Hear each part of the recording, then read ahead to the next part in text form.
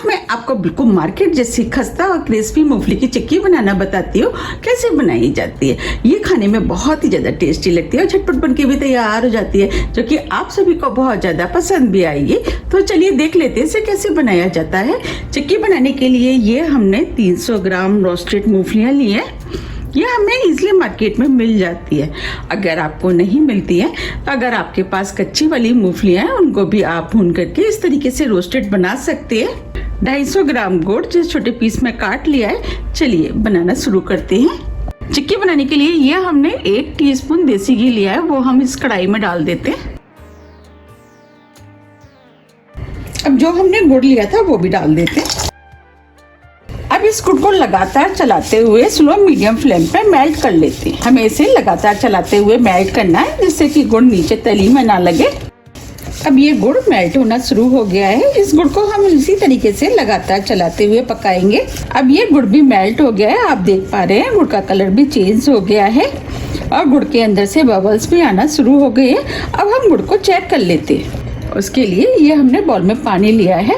अब इसमें से हम थोड़ा सा गुड़ इस बॉल में डाल देते हैं और इसे कुछ सेकंड के लिए ऐसे ही छोड़ देते हैं और गुड़ को हम चलाते ही रहेंगे जिससे कि गुड़ जले ना। फ्लेम को हमने स्लो कर दिया है। अब गुड़ को चेक कर लेते हैं।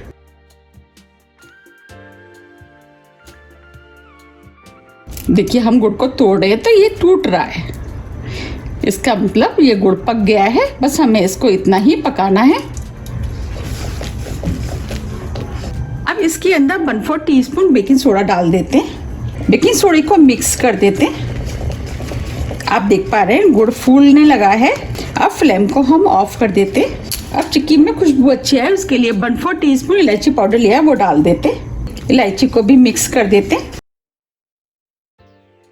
अब जो हमने मूंगफलियां ली थी वो हम डाल देते हैं और मूंगफली को मिक्स कर देते हैं।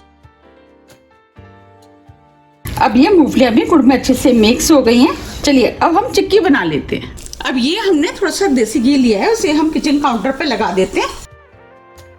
अब जो हमने चिक्की का मिश्रण बनाया था उसे हम किचन काउंटर पर डाल देते हैं। हम इसमें से 2 चिक्की बनाएंगे तो आधा हम इसमें से निकाल लेते हैं और इस तरीके से हम चिक्की बना लेते हैं। हमें ये काम बहुत जल्दी में करना है क्योंकि ये मिश्रण जल्दी से सेट हो जाता है। ये हमने एक चिक्की बना ली है, अब हम दूसरी भी बना लेते हैं। ये हमने दूसरी चिक्की को भी बना लिया है। अब हम दोनों चिक्कियों को ठंडा होने देते हैं। अब दोनों ही चिक्कियां ठंडी हो गई हैं। आप देख पा रहे हैं कितनी बढ़िया चिक्की बनके तैयार हुई है। अब मैं आपको तोड़ के भी दिखा देती हूँ। देखिए बनी है ना कितनी क्रिस्पी।